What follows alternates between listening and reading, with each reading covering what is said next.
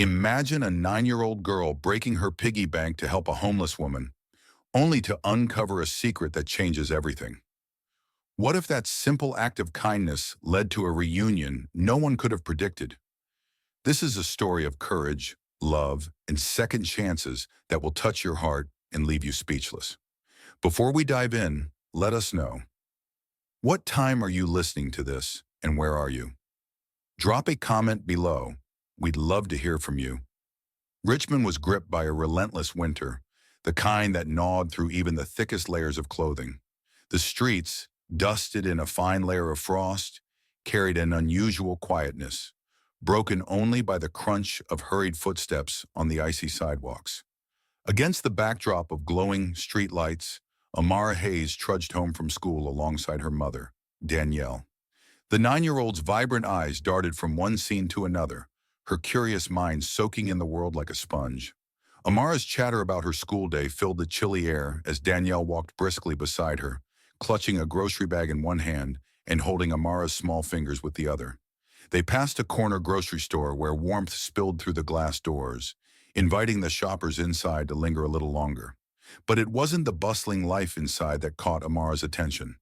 It was a figure outside, sitting silently, clutching a cardboard sign. The woman was huddled on the bench, her frail frame wrapped in a tattered coat that barely shielded her from the biting wind. Her sign read simply, "Cold and hungry. Please help." Amara slowed her steps, her gaze locking onto the woman's hollow eyes. There was something in them, something beyond the cold and hunger, a loneliness that tugged at Amara's heart in a way she didn't fully understand. "Mom," Amara started, her voice soft, hesitant. Danielle followed her daughter's gaze and sighed. "Amara, come on. We can't stop. It's freezing out here," she said, her tone kind but firm. She tugged gently at Amara's hand, trying to guide her away. Amara looked back, her steps faltering. "But she looks so sad." Danielle paused, glancing at the woman briefly. "Sweetie, we don't know her story. It's not safe to talk to strangers," she said, lowering her voice. "Come on now." Reluctantly, Amara allowed herself to be pulled along, but as they walked further from the grocery store, she couldn't shake the image of the woman on the bench.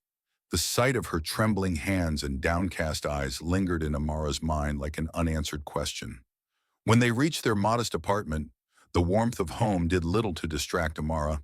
The familiar smell of Danielle's cooking filled the air, and the hum of their space heater worked hard to ward off the cold that seeped through the old windows. Yet Amara's thoughts remained on the woman outside the store. "Amara, are you okay?"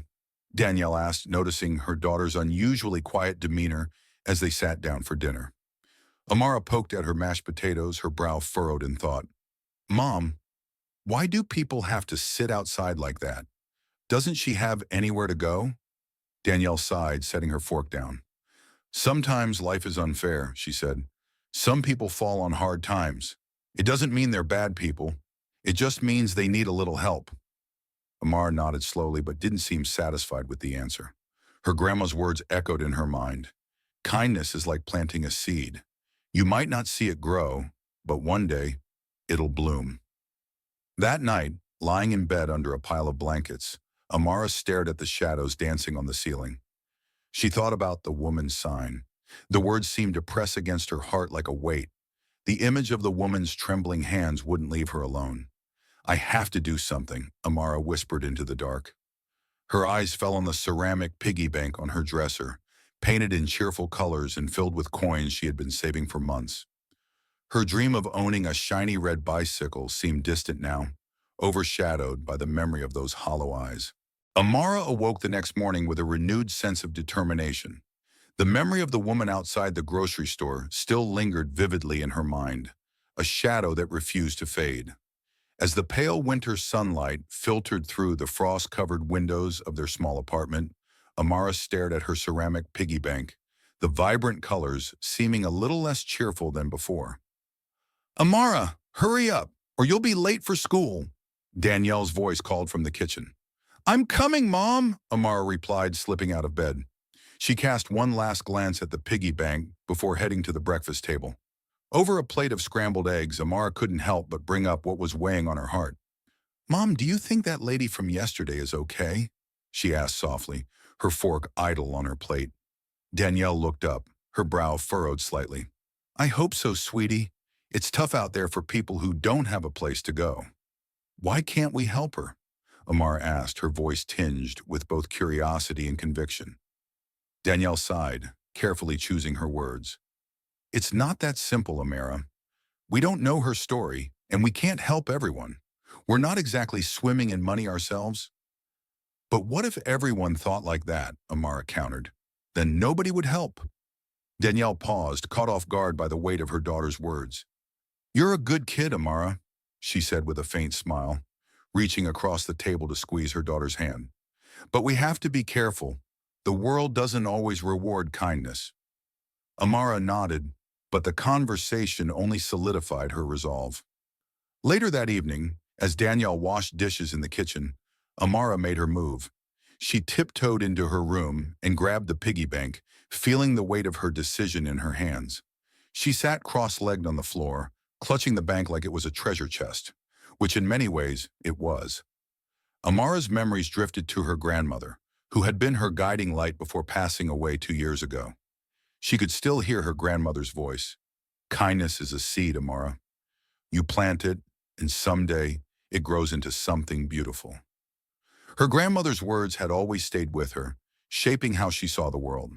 The piggy bank was heavy in her lap, filled with coins and small bills saved over months.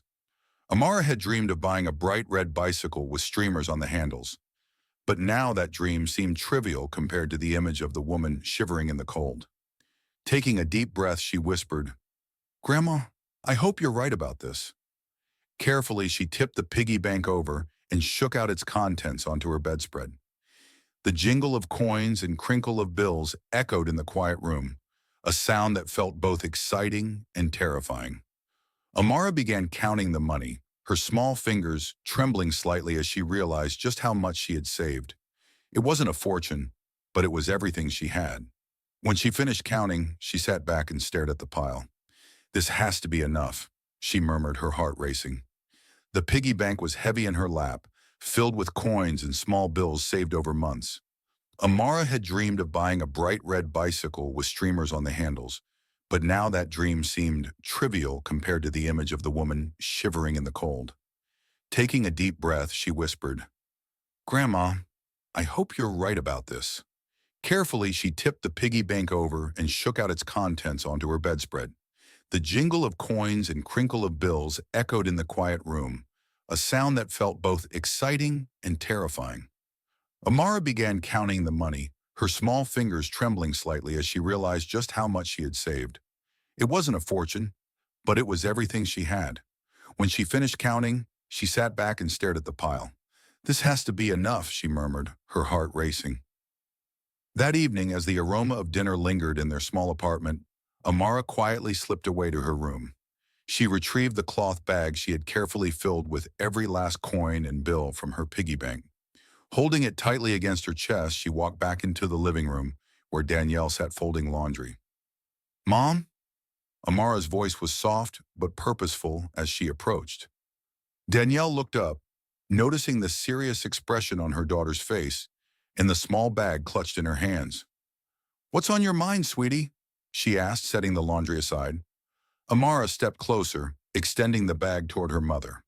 "I want to give this to the lady we saw yesterday. She needs it more than I do." Danielle's brows furrowed in confusion. She took the bag, feeling the weight of its contents, and realized what it was. "Amara," she said slowly, "this is your bike money. The money you've been saving for months.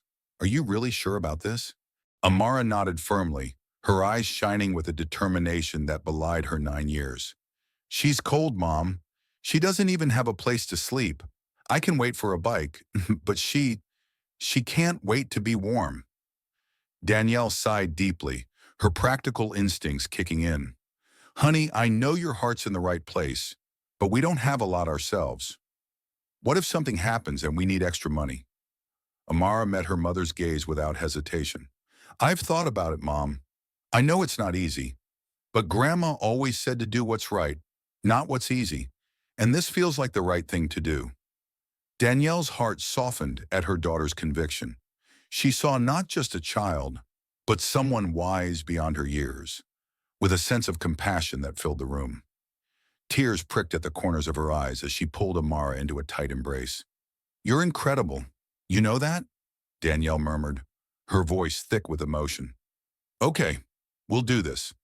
But I want to come with you when you give it to her, just to make sure everything's okay." Amara beamed, her relief evident as she wrapped her arms around her mother. "Thanks, Mom. I knew you'd understand." Danielle held her close, marveling at the depth of her daughter's heart. "Sometimes I think you're teaching me more about kindness than I could ever teach you," she whispered, though Amara couldn't hear. As they sat together, the weight of Amara's decision felt lighter. For Danielle, it was a reminder that sometimes the purest lessons came from the smallest voices. That night, as Amara lay in bed, she felt a weight lift from her shoulders. She didn't know what tomorrow would bring, but for the first time since seeing the woman on the bench, she felt hopeful. "Grandma, I hope this is the right thing to do," she whispered into the darkness. "I hope this is the seed you were talking about." The next morning, Amara woke up early, her heart racing with a mix of excitement and nervousness. Today was the day she would see the woman again, the day she would plant her seed of kindness, just as Grandma Hayes had taught her. She clutched the cloth bag filled with her savings, feeling its weight as both a responsibility and a promise. The cold air nipped at Amara's cheeks as she and Danielle walked toward the grocery store. Snow from the night before had blanketed the streets in a crisp white sheet, and the sound of their boots crunching against the frozen ground filled the quiet morning. Amara held the bag tightly, her small hands trembling, not from the cold, but from the anticipation of what lay ahead. As they approached the store, Amara spotted the woman on the bench. She was huddled in the same tattered coat, her sign propped against her knees. The woman's head was bowed, and her thin frame seemed even smaller against the vast, icy backdrop. Amara tugged at Danielle's hand. "There she is, Mom." Danielle nodded, her expression a mix of pride and worry. "Okay, sweetheart. I'll stay close, but I'll let you do this on your own." Amara took a deep breath and stepped forward. Her boots crunched louder as she neared the bench, and the woman looked up slowly, her weary eyes meeting Amara's. The woman blinked, as if unsure whether she was seeing a child standing before her in the freezing cold. "Hi," Amara said softly, her voice cutting through the stillness of the morning. "I saw you here yesterday." The woman's lips trembled, and she managed a weak smile. "Hello, sweetheart." Amara hesitated for a moment, her heart pounding. Then, summoning all her courage, she held out the cloth bag. "I want you to have this." The woman's eyes widened as she stared at the bag. "What? What is this?" she asked, her voice cracking. "It's money," Amara said simply. "I've been saving it for a bike, but I think you need it more." For a moment, the woman just stared, her hands frozen in place. Then, with a trembling motion, she reached out and took the bag. She held it close as though it were the most precious thing in the world, and tears began streaming down her cheeks. No one's ever done something like this for me," the woman whispered, her voice breaking. Amara smiled shyly. "Everyone deserves to feel warm and safe." The woman opened the bag and peeked inside. The sight of the coins and bills made her cry harder, and she pressed a hand to her mouth to stifle a sob. As she did, a small photograph slipped out of the bag and fluttered to the ground. "What's this?" the woman asked, picking it up. Her hands trembled as she studied the image. A photograph of Amara and Danielle, smiling brightly in front of their apartment building. Danielle had placed it in the bag without realizing, a small token that had been mixed in with the money. The woman stared at the photograph, her breath catching. This looks so familiar," she murmured, her brow furrowing. For a fleeting moment, something stirred deep within her, a memory she couldn't quite grasp. Amara tilted her head. "That's me and my mom." The woman's hands shook as she clutched the photograph. I don't know why, but this feels important," she said quietly, almost to herself. Danielle, who had been watching from a few steps away, noticed the woman's reaction to the photograph and stepped closer, her concern mounting. "Is everything okay?" she asked gently. The woman looked up at Danielle, her tear-streaked face filled with both gratitude and confusion. I, I don't know, she said.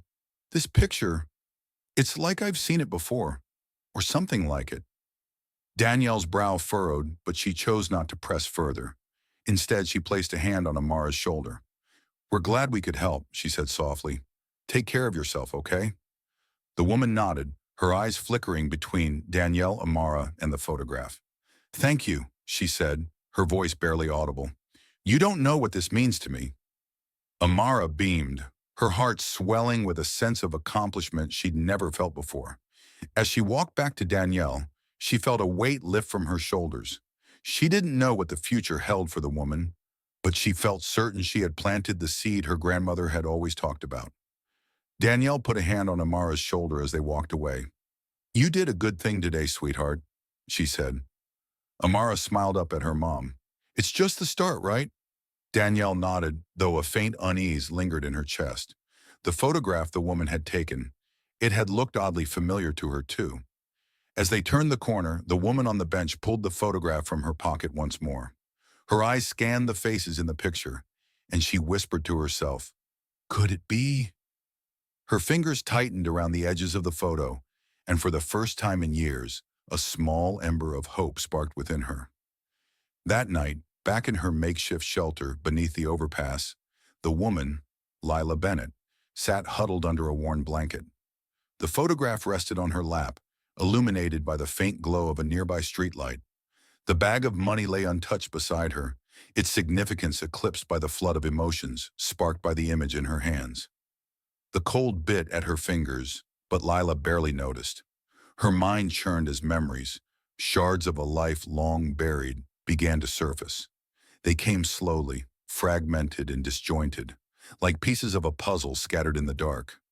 She remembered warm sunlight streaming through a classroom window, the chatter of eager students filling the air. She had been a teacher once, hadn't she? Yes, that much was clear. Lila could almost hear the laughter of a little girl with curly hair sitting in the front row. Her thoughts shifted to another memory, rain pounding against a windshield, headlights piercing the darkness.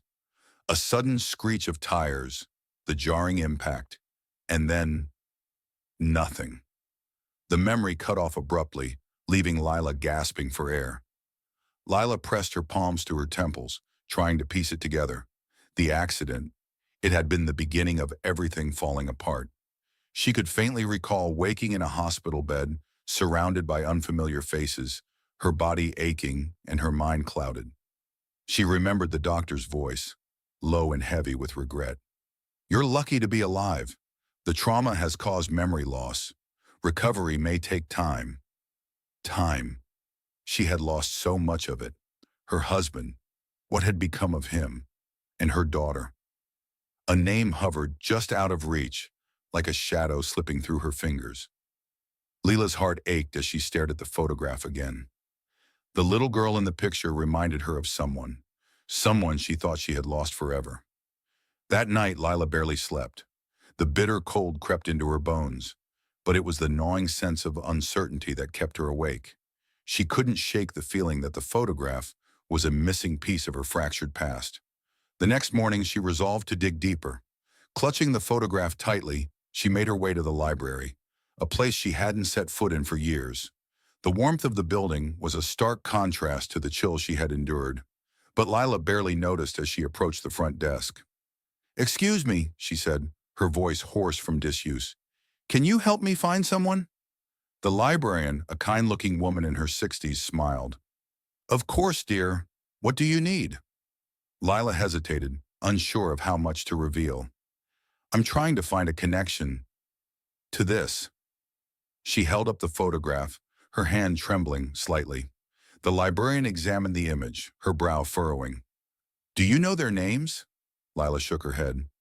"I think the little girl might be connected to me, but I don't know how." The librarian nodded sympathetically. "Let's start with the basics. Do you have a name, a location, anything at all?" Lila hesitated again before whispering, "Lila." My name is Lila Bennett.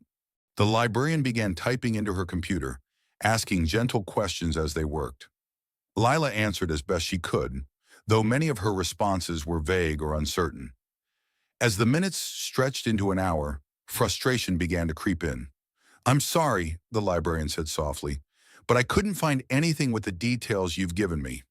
Maybe if you remember more?" Lila nodded, though her heart sank. She thanked the librarian and left the building, the photograph still clutched tightly in her hand. That evening, as Lila sat alone beneath the overpass, a glimmer of hope kept her from despair. The photograph was proof of something, of a connection, of a past she hadn't completely lost. "I'll figure it out," she murmured to herself, her voice steadier now. "I'll remember. Somehow." As the city lights flickered in the distance, Lila stared at the image of Amara and Danielle one last time, before tucking it carefully into her coat pocket. She didn't know what the future held, but for the first time in years she felt a small ember of hope. The morning after giving Lila her savings, Amara walked into her classroom to find her teacher, Mrs. Walker, smiling warmly. "Good morning, Amara," she greeted, her tone carrying a touch of pride. Amara tilted her head curiously. "Good morning, Mrs. Walker." "I heard about what you did," Mrs. Walker said, leaning closer. "Helping that woman outside the store. That was a very kind thing to do." Amara flushed with a mix of pride and embarrassment. "I just wanted to help her feel safe." Mrs. Walker nodded, her smile widening. "You've inspired more than you know. I think the whole class could learn from you." By the end of the day, Amara's classmates were buzzing with excitement. They had decided to start a collection of supplies for those in need: blankets, coats, and canned food. Amara couldn't believe how quickly her small act had inspired others to join in. That evening, she told Danielle about the collection effort as they prepared dinner. Danielle, who had spent the day reflecting on her daughter's selflessness, felt her own heart softening. "You're amazing, you know that," Danielle said, ruffling Amara's hair. Amara beamed. "I just did what Grandma always said. Kindness is a seed, right?" Danielle nodded, but her smile faltered as she thought of Lila. She hadn't been able to stop thinking about the photograph Lila had taken or the strange familiarity it sparked. Meanwhile, word of Amara's kindness spread beyond her school. Clara Romero, the friendly bakery owner a few blocks away, heard the story from one of her customers. Touched, Clara decided to act. The next day, Clara stepped out of her bakery, holding a paper bag filled with warm bread and pastries. She walked to the corner grocery store, where Lila sat bundled in her thin coat. "Excuse me," Clara said gently, crouching down to meet Lila's gaze. Lila looked up, startled. "Yes?" "I heard about a little girl who helped you," Clara said, holding out the bag. "I thought I'd add to it. Here, something warm to eat." Lila hesitated but eventually accepted the offering, her eyes welling with gratitude. "Thank you," she murmured. Clara smiled and patted Lila's hand. "We all need a little kindness sometimes." Later that afternoon, Harold Boone, a gruff but kind-hearted war veteran who lived in Amara's building, decided to contribute in his own way. He had seen Amara heading to school with an extra pep in her step and had overheard Danielle talking about the woman outside the store. Harold approached Lila with his toolbox in hand. "Your cart's a mess," he grumbled, pointing at the rusted wheels. "Let me fix it." Lila blinked at him in surprise. "You don't have to do that." "Didn't ask for your permission," Harold replied, already kneeling to inspect the cart. Though his tone was gruff, his actions spoke of care. Lila watched silently as Harold worked, her heart swelling with a mix of gratitude and disbelief. Not everyone shared the same sentiment, however. Mr. Turner, a neighbor known for his critical nature, shook his head when he heard about the community's efforts. "What's the point?" he scoffed to Danielle one afternoon. "People like that don't change. You give them a handout, and they'll just be back in the same spot tomorrow." Danielle frowned, taken aback by his cynicism. "That's not true. Sometimes all people need is a little help to get back on their feet." "Maybe," Mr. Turner said, shrugging, "but I wouldn't bet on it."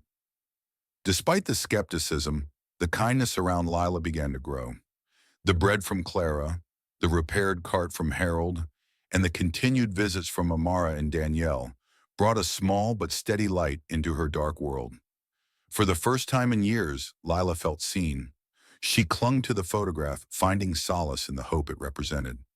One evening, as she sat under the overpass with the photo in hand, she whispered, "I don't know why you helped me, but you've given me something I thought I lost. Hope." Lila sat under the overpass, her hands trembling as she held the photograph that had become her lifeline. The bread from Clara and the repaired cart from Harold were acts of kindness she hadn't dared to expect.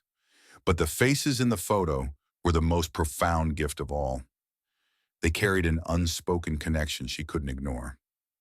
That night, as the city quieted around her, Lila whispered, "I have to know who they are." The next morning, Danielle couldn't shake the feeling of familiarity that the photograph had stirred in her. As Amara skipped ahead on their way to school, Danielle's mind kept wandering back to Lila's haunted expression when she clutched the photo. There was something there, something Danielle couldn't quite place. By the time she dropped Amara off, Danielle decided to return to the grocery store. She needed answers, though she wasn't sure if Lila could provide them. Lila was sitting on her usual bench when Danielle arrived. The morning sun offered little warmth, but the sight of Danielle approaching brought a flicker of relief to her eyes. "I'm glad you're here," Lila said, her voice soft but steady. Danielle sat down beside her, glancing at the photograph Lila held tightly. "That picture, can I see it again?" Lila handed it over without hesitation, watching as Danielle studied it closely. "My daughter Amara," Danielle said, pointing at the smiling girl in the photo. "And that's me." "I thought so," Lila replied, her voice tinged with something between certainty and fear. "But the little girl, she reminds me of someone I knew, someone I lost." Danielle's brow furrowed. "Who?" Lila hesitated, her grip tightening on her coat. "My daughter," she whispered. "She was taken from me after an accident. I thought I'd lost her forever." Danielle froze, her breath catching in her throat. "What was her name?" Lila looked down, as though summoning the memory from the depths of her mind. "Alice," she said finally. "Her name was Alice." Danielle felt a chill that had nothing to do with the weather. The name struck a chord deep within her, bringing forth a long-buried memory. "My mother used to call me Alice," Danielle said quietly, her voice trembling. "But she stopped after my father died. She said it was too painful to use the name anymore." Lila's eyes widened, tears brimming. "Your father, what was his name?" "Michael," Danielle replied. The world seemed to stop as the weight of Lila's past collided with Danielle's reality. Lila clutched the photograph to her chest, her tears spilling over. "Michael was my husband," she whispered. "You're my daughter." Danielle sat in stunned silence, her heart pounding. The pieces fit, but they were jagged and painful. She had spent her life believing her mother had died, leaving her to be raised by her grandmother. Now, sitting beside her, was a woman who claimed to be that very mother. "How?" Danielle asked, her voice breaking. "How could you leave me?" Lila's tears flowed freely as she tried to explain. "I didn't know how to come back. After the accident, I lost everything. My memory, my home, my sense of self. By the time I started to remember, it was too late. I thought you were better off without me." Danielle's emotions swirled. Anger, sadness, disbelief, and a faint glimmer of hope. She stood abruptly, pacing in front of the bench. "You don't just abandon your child," she said, her voice sharp. "You don't just decide it's too late." Lila nodded, her head bowed. "You're right. I don't expect forgiveness. I needed you to know." The sound of small footsteps interrupted the tension. Amara appeared, having run back from school during a break. She looked between Danielle and Lila, sensing the gravity of the moment. "What's wrong?" Amara asked, her gaze darting between the two women. Danielle knelt, placing her hands on Amara's shoulders. "Sweetheart, I think we found someone very important." Lila wiped her tears, her voice trembling. "Hi, Amara. I think I might be your grandma." Amara's eyes widened, her gaze fixed on Lila.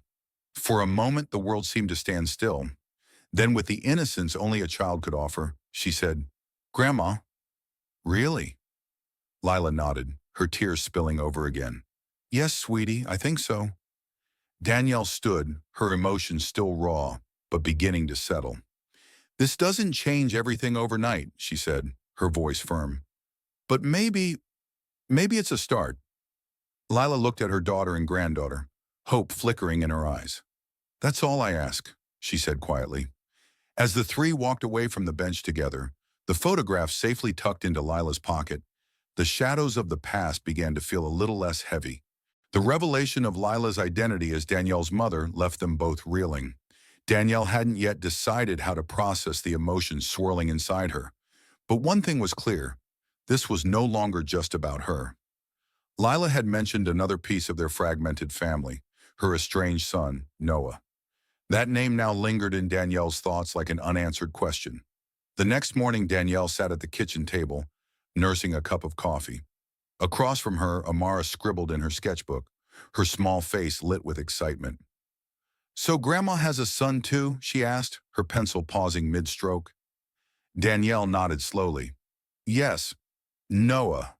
She said he was her son from before everything fell apart, but she hasn't seen him in years. Amara leaned forward, her eyes wide. Do you think we could find him? Danielle hesitated.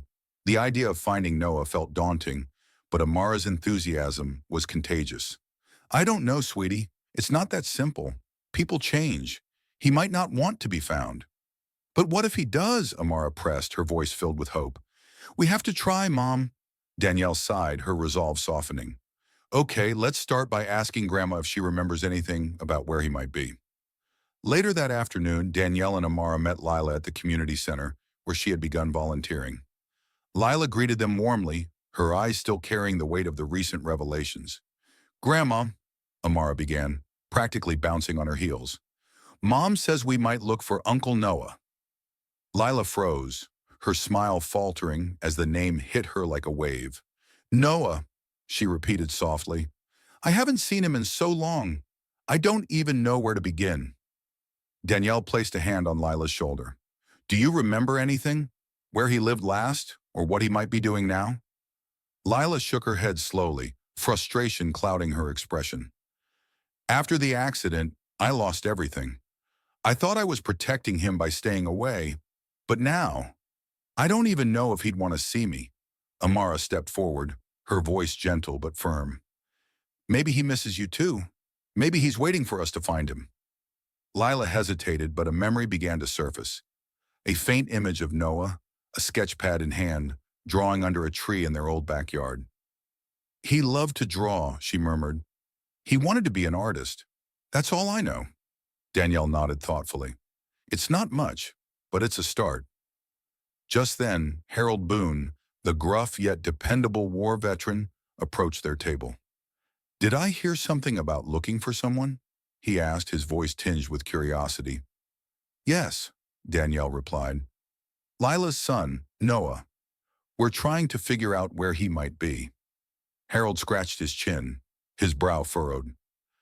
There's a street artist I've seen at the weekend, fairs downtown. Paints pictures that stick with you. Real emotional stuff. Could be a coincidence, but it might be worth checking out. Lila's breath caught. You think it could be him? Harold shrugged. Only one way to find out.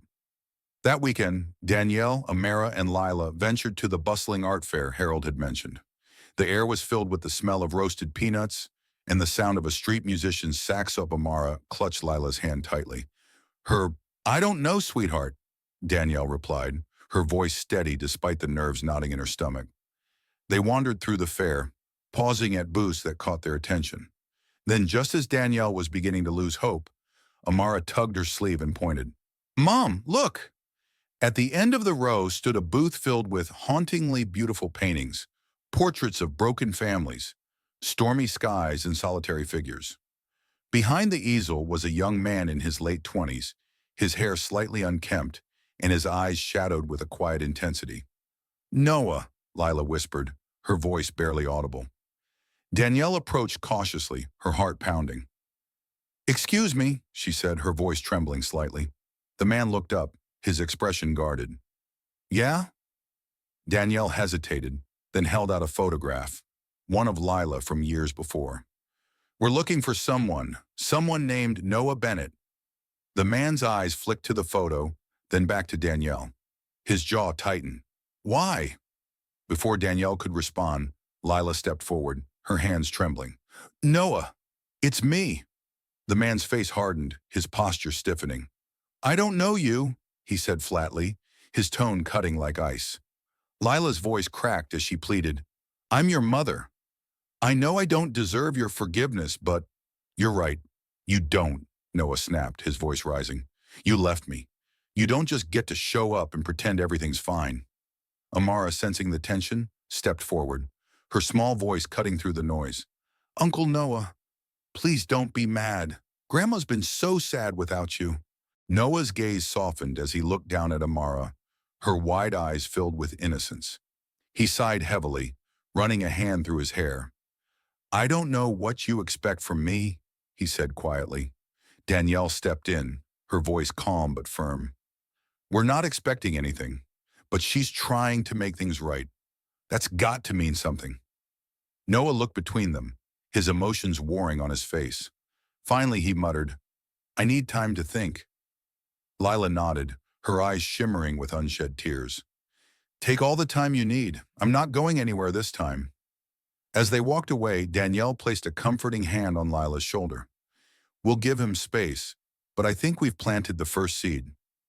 Amara looked back at the booth, her heart filled with hope. He'll come around. I just know it. Noah sat in his small, cluttered studio apartment, surrounded by unfinished canvases and paint-streaked brushes. The encounter at the art fair played in his mind like a film he couldn't stop replaying. His mother, no, the woman claiming to be his mother, had shown up out of nowhere, stirring emotions he had worked so hard to bury. He picked up the photograph Danielle had handed him earlier, his fingers tracing the edges. The face in the picture was older, weathered by time and hardship, but there was no mistaking it.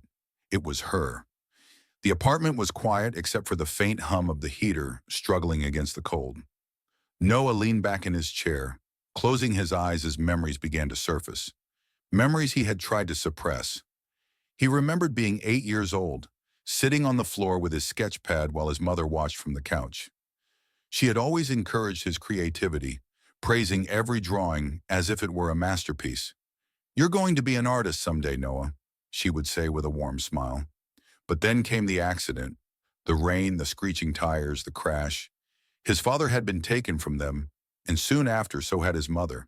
He had spent years believing she was gone, only to find himself shuffled through foster homes with strangers who didn't understand his quiet nature or his love for art. The years had hardened Noah in ways he didn't like to admit.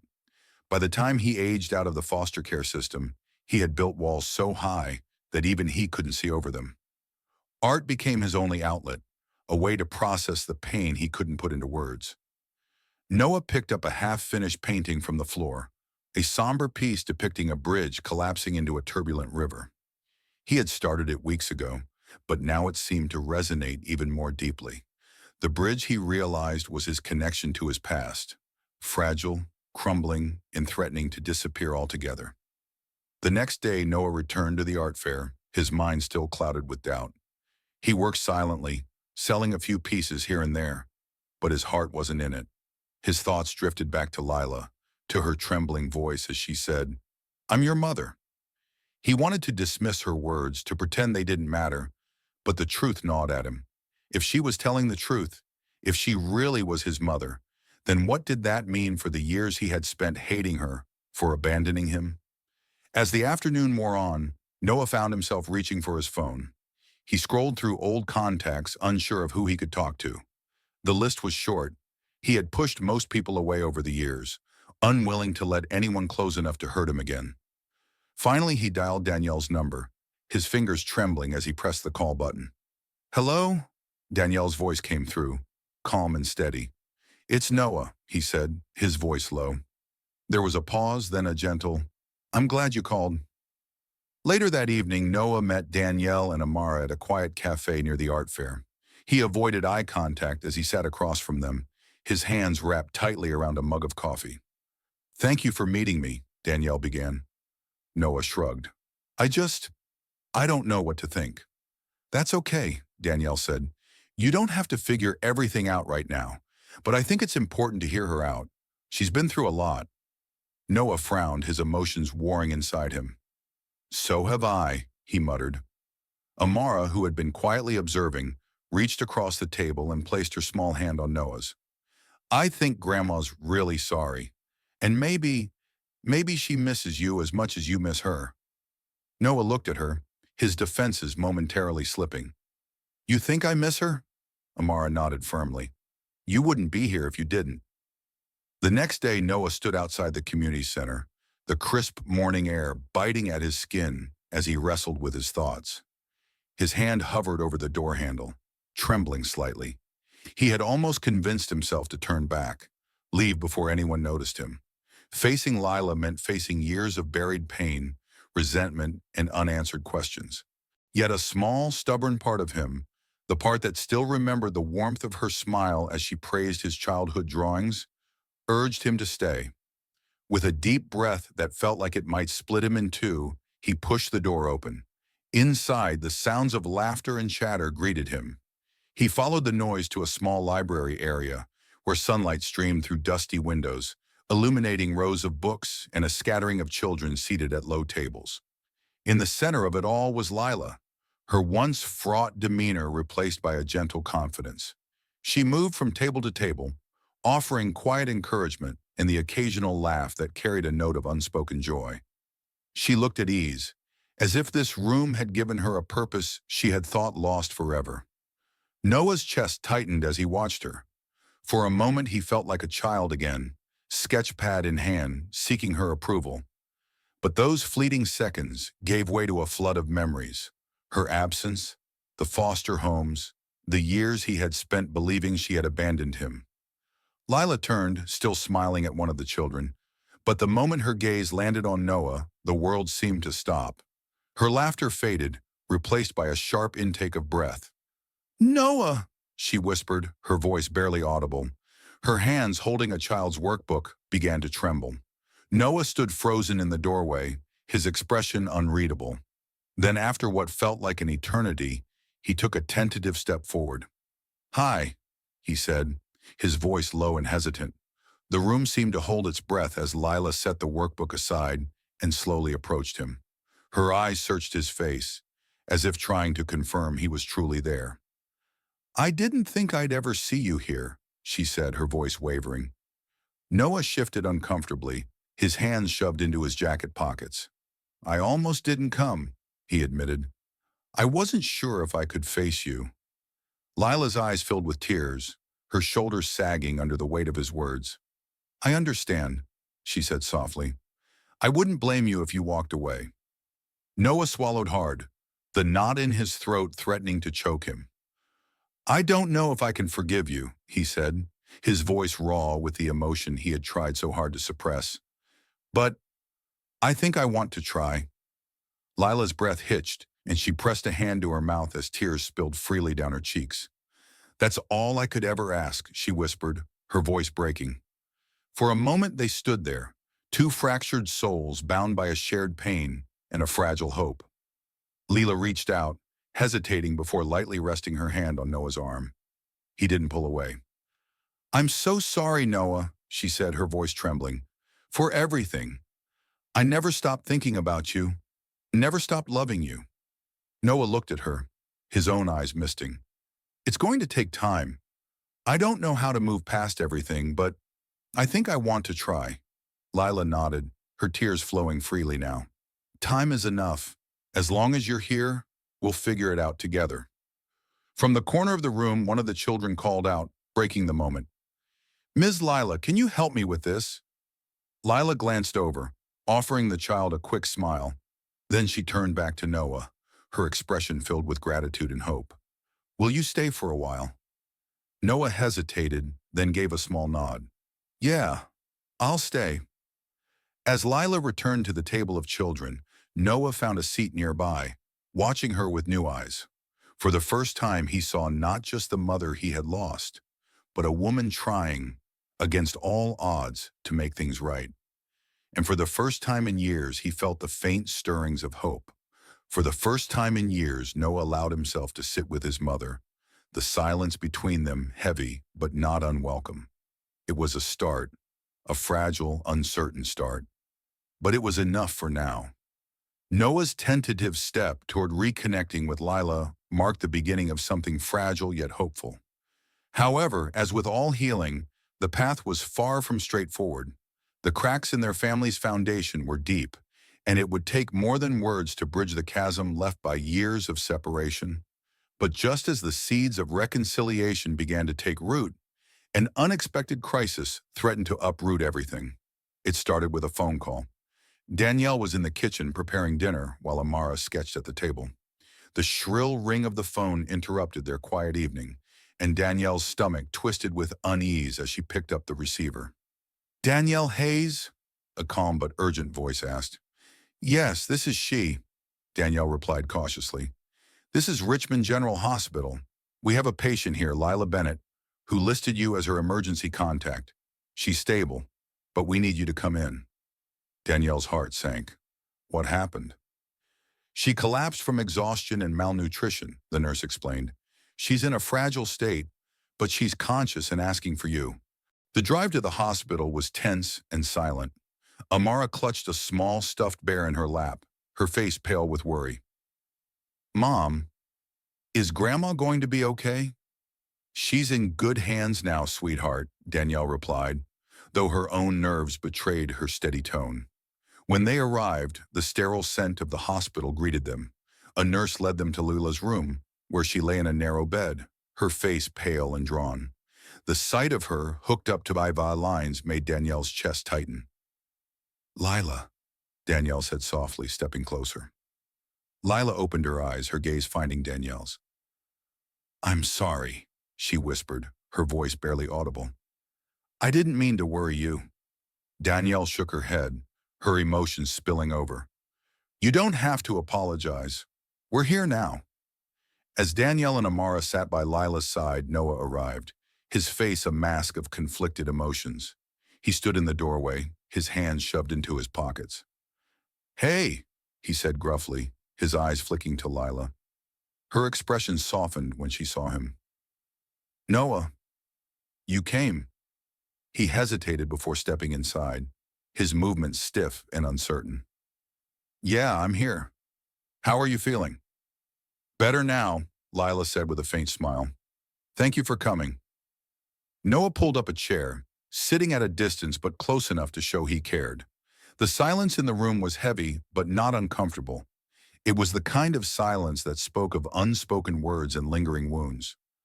Later that evening, as Lila dozed off, Danielle stepped into the hallway with Noah.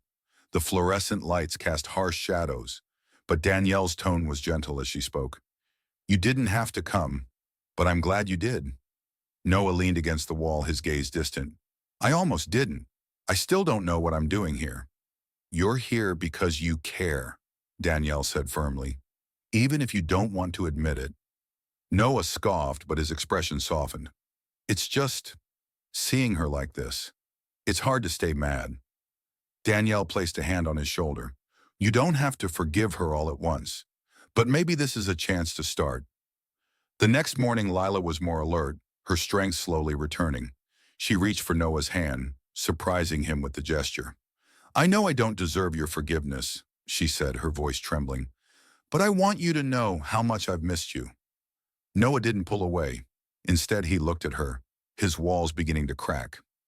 "I missed you too," he admitted, his voice barely above a whisper. Amara, sitting on the other side of the bed, chimed in. "Families are messy, but they're still family, right?" Her simple words brought a tearful smile to Lila's face. She squeezed Noah's hand, her heart swelling with gratitude. "Thank you," she said. "Thank you for giving me this chance."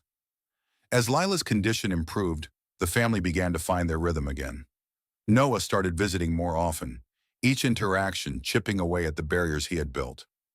Danielle offered quiet support, knowing that healing would take time but believing in its possibility.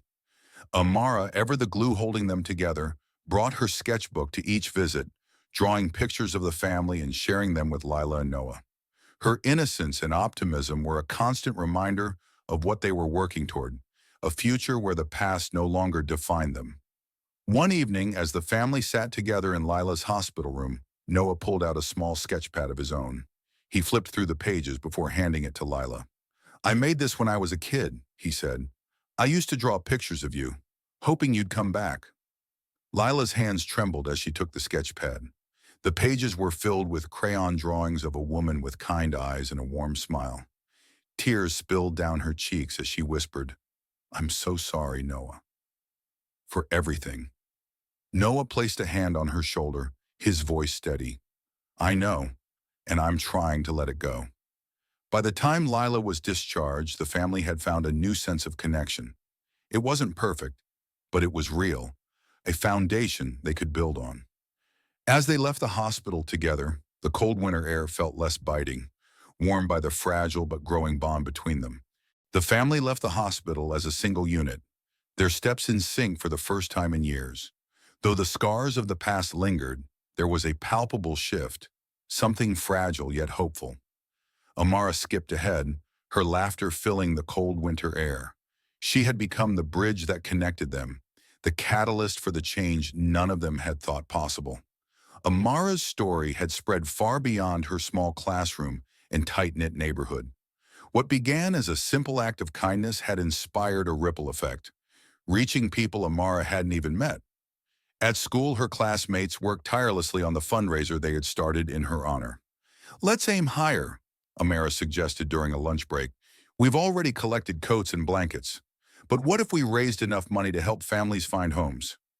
The ambitious idea caught fire, and soon students, parents, and teachers rallied around the cause.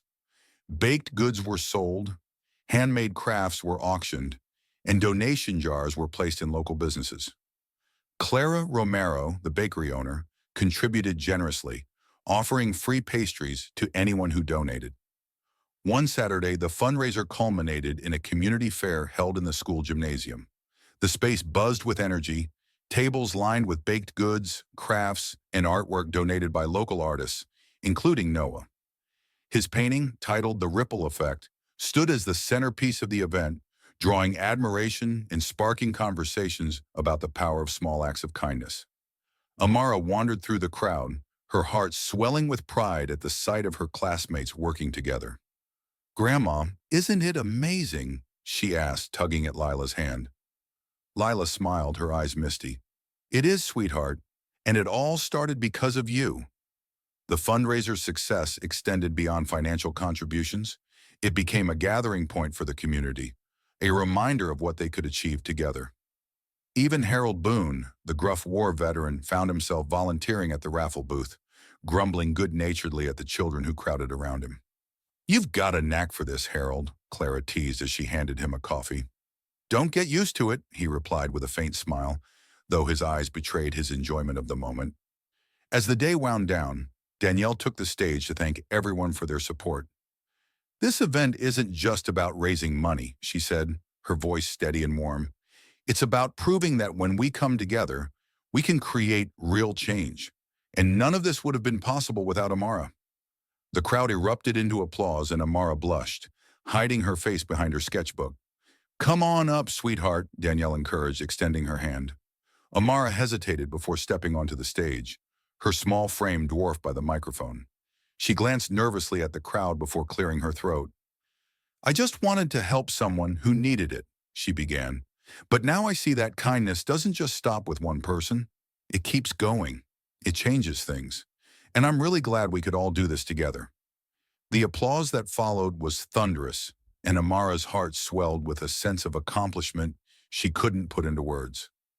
Later that evening, back at home, the family gathered around the dinner table. The warmth of their laughter filled the apartment, creating a stark contrast to the cold winter nights they had endured just weeks before. Noah looked at Lila, his expression softening. "You were great with those kids at the fair today," he said. Lila smiled, her confidence growing with each passing day. "I'm finding my way back," she replied, "and it feels good." Amara beamed, her gaze shifting between her mother, grandmother, and uncle. "See? I told you families are messy, but they're worth it." Danielle laughed, reaching over to ruffle Amara's hair. That you did, kiddo. Before heading to bed, Amara sat by the window with her sketchbook, drawing a picture of the day's events. She titled it, Together We Can, and beneath the drawing she wrote, "One small act of kindness can grow into something bigger than we ever imagined." She placed the sketchbook on her nightstand, a smile tugging at her lips as she whispered, "Thank you, Grandma, for teaching me about kindness." In the glow of the streetlights outside, the family's silhouette was visible as they sat together, united in a way none of them had thought possible. The success of the community fundraiser had left the Hayes family with a renewed sense of hope. For Lila, it was more than just a celebration. It was a turning point. The warmth and acceptance she felt that day began to melt the icy grip of self-doubt that had held her for years. She had started to believe, little by little, that she had something to offer the world once again. Lila's first step on her journey to redemption came from an unlikely source. Clara Romero, impressed by Lila's way with the children at the fundraiser, approached her with an idea. "You have a gift, Lila," Clara said one morning over coffee at the community center. "Those kids loved you. Have you thought about doing more with them?" Lila hesitated, still grappling with her lingering insecurities. "I don't know. It's been so long since I taught. What if I'm not good enough anymore?" Clara reached across the table, placing a reassuring hand on Lila's. "You've got a kind heart, and that's what matters most. Besides, I think you'll find it comes back to you." Encouraged by Clara, Lila volunteered to help with an after-school tutoring program at the community center. On her first day, she arrived early, clutching a folder of lesson plans she had carefully prepared the night before.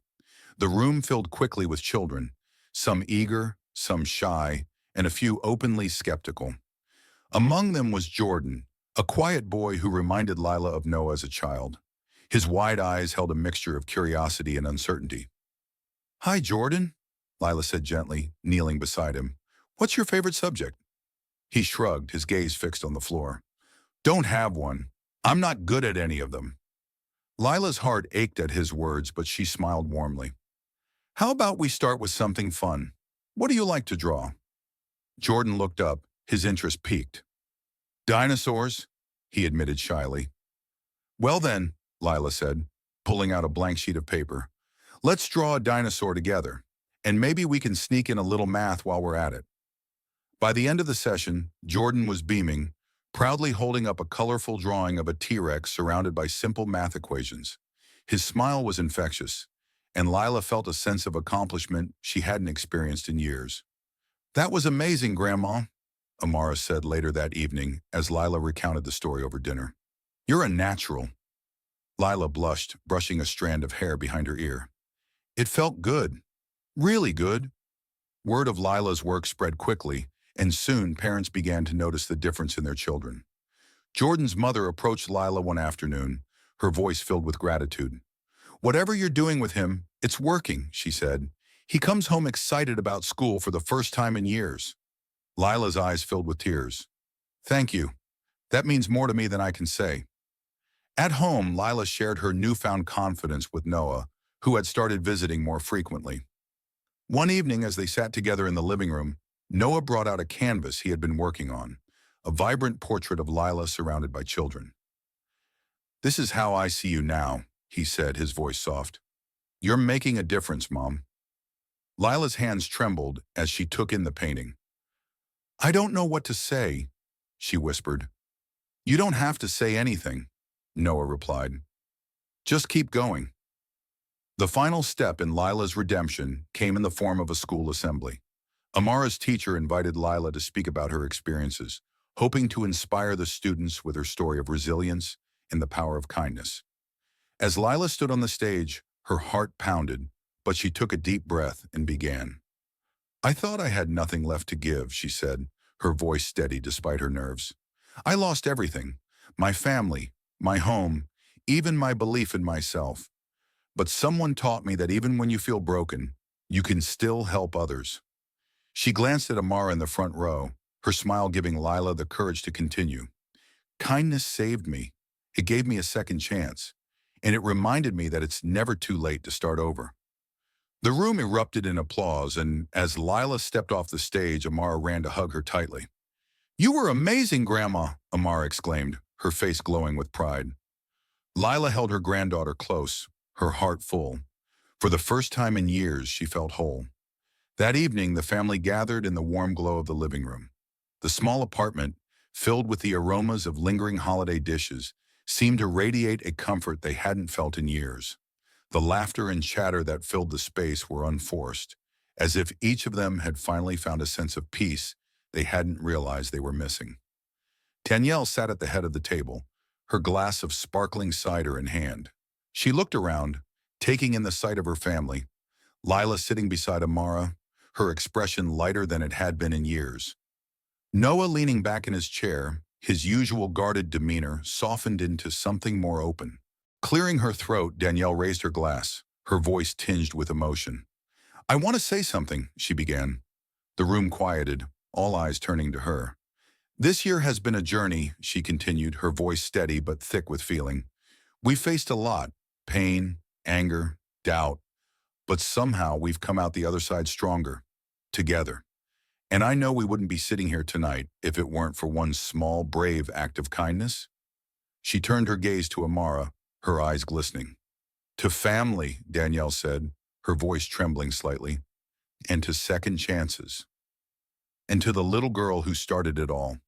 Laughter bubbled up around the table as everyone raised their glasses in unison, clinking them together with smiles and light-hearted cheers. Amara's cheeks flushed with pride as she grinned. "Families are messy," she said, her voice carrying a wisdom far beyond her 9 years. "But they're worth it."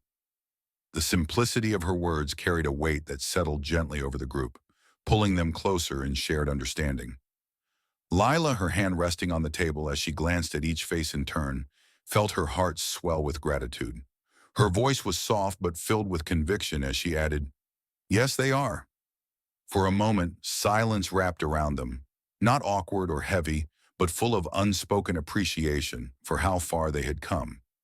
It was a silence that spoke of forgiveness, love, and the fragile yet unshakable bond that held them together. The evening carried on with stories, laughter, and Amara's spirited attempts to draw caricatures of everyone at the table, each one earning exaggerated groans and giggles.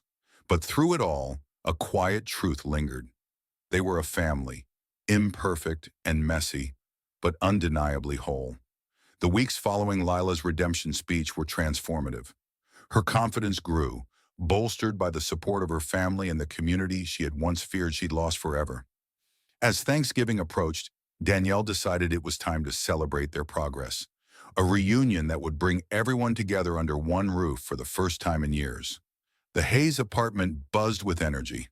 Danielle and Amara worked side by side in the kitchen, the smell of roasted turkey and freshly baked pies filling the air. The dining table, draped in a festive cloth, was adorned with candles and a homemade centerpiece crafted by Noah. "Do you think Uncle Noah will like the decorations?" Amara asked, carefully arranging the silverware. Danielle smiled. "I think he'll love them. He's proud of you, you know."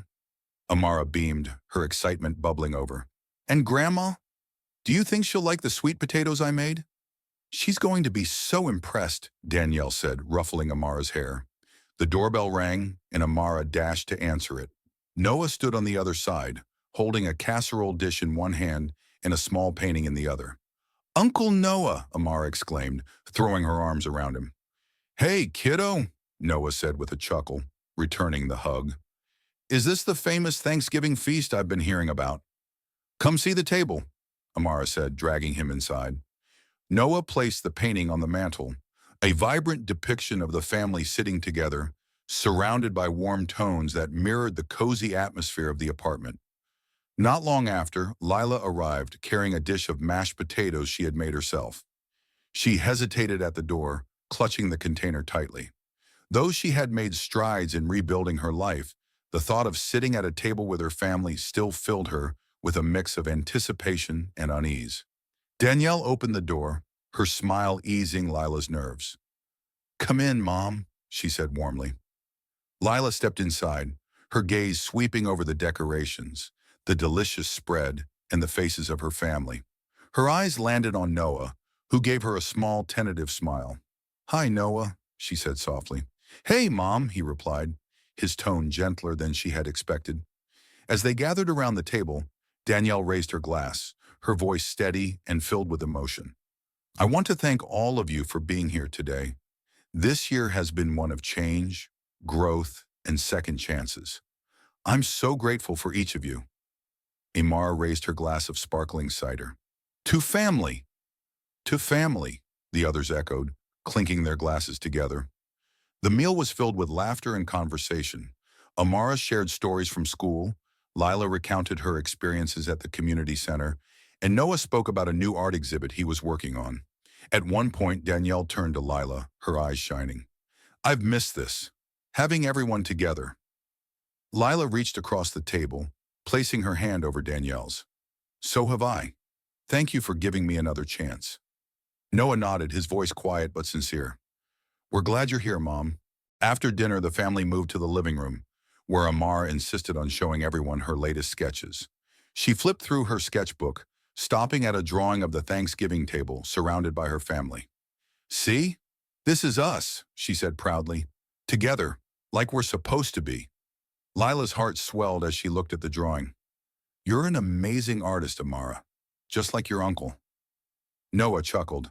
She's better than me. As the evening wound down, Lila pulled Noah aside. I wanted to tell you something, she said, her voice steady. You've given me more than forgiveness. You've given me hope, and I can't thank you enough for that. Noah smiled, his walls slowly crumbling. You've earned it, Mom. You're doing the work, and that matters. The final moment of the evening came when Amara presented Lila with a small gift, a handmade card with the words, Grandma, you taught me that kindness can change everything. Thank you for being brave. Tears streamed down Lila's face as she hugged Amara tightly. You're my inspiration, sweetheart. Never forget that. As the family sat together, the glow of the candles casting soft shadows around the room, they felt the weight of their shared journey. It wasn't perfect, but it was theirs. A family bound by love, forgiveness, and the power of starting anew. Today's story is a powerful reminder that kindness has the ability to transform not just one life, but to ripple outward, reconnecting hearts that seemed irreparably distant. Lila found her family again. Noah rediscovered trust, and it all began with one small yet meaningful act of compassion from Amara. What do you think about the message of this story? Do you believe kindness is strong enough to change someone's life, even when they've lost all hope? Share your thoughts in the comments below, and feel free to tell us about a moment in your life, a story of kindness, forgiveness, or a meaningful family reunion. If this story touched your heart, don't forget to subscribe to the channel so you won't miss the next heartwarming tale. Thank you for listening, and see you next time for more inspiring stories.